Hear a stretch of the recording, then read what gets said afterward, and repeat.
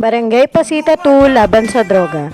Sa ating pagdiriwang ng Linggo ng DAPSI ngayong Nobyembre, layo ng ating barangay na labanan at pigilang kumalat ang problema ng droga sa pamamagitan ng iba't ibang mga programa tulad ng edukasyon, kampanya laban sa droga, at pagbibigay suporta sa mga individual na naapektuhan ng droga.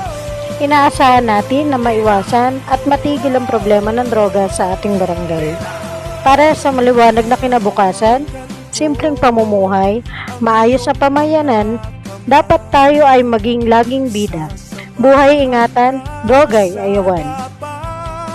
Kalagyan, liliparin natin ang iyong mga pangarap, sapagkat ikaw ang pag-asa ng bayan. Buhay ingatan, droga'y ayawan. Tulungan natin ang kabataan, huwag tayong magkailangan. Maunlarin natin ang ating bayan, magsama-sama sa kaunlaran. Oh, oh, oh, oh, oh,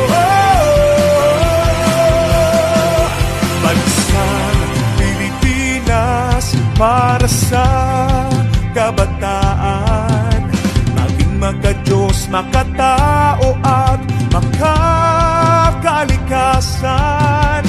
Mamamayan, labanan ang droga. Buhay ingatan, droga'y ayawan. Buhay ingatan, droga'y ayawan. Tulungan natin ang kabataan, huwag tayong magkailangan. Paunlarin natin ang ating bayan, magsama-sama sa kaunlaran. Tulungan natin ang kabataan, huwag tayong mag-alinlangan. Paunlarin natin ang ating bayan, magsama-sama sa kaunlaran.